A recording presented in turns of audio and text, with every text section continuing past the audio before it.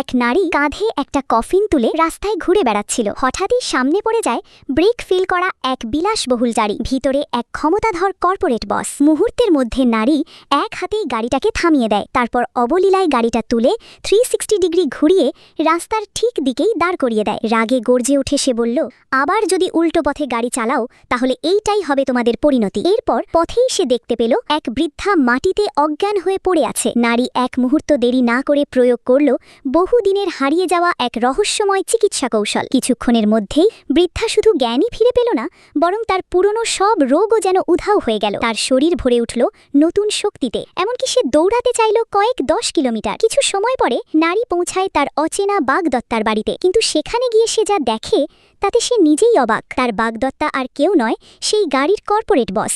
নারী নিজের ক্ষমতা দিয়ে বুঝতে পারে এই মানুষটি জন্মগতভাবে বিরল শুদ্ধ ইয়াং শক্তির অধিকারী, যা তার নিজের শক্তি বৃদ্ধির জন্য এক গুরুত্বপূর্ণ চাবিকাঠি। কিন্তু পরিবারের সবাই তাকে পাগল ভেবে বের করে দিতে চাইল। ঠিক তখনই সামনে এসে দাঁড়ালো সেই বৃদ্ধা, যাকে সে রাস্তায় বাঁচিয়েছিল। বৃদ্ধা তাকে চিনে ফেলল এবং মুহূর্তেই তার প্রতি গভীর স্নেহ দেখালো।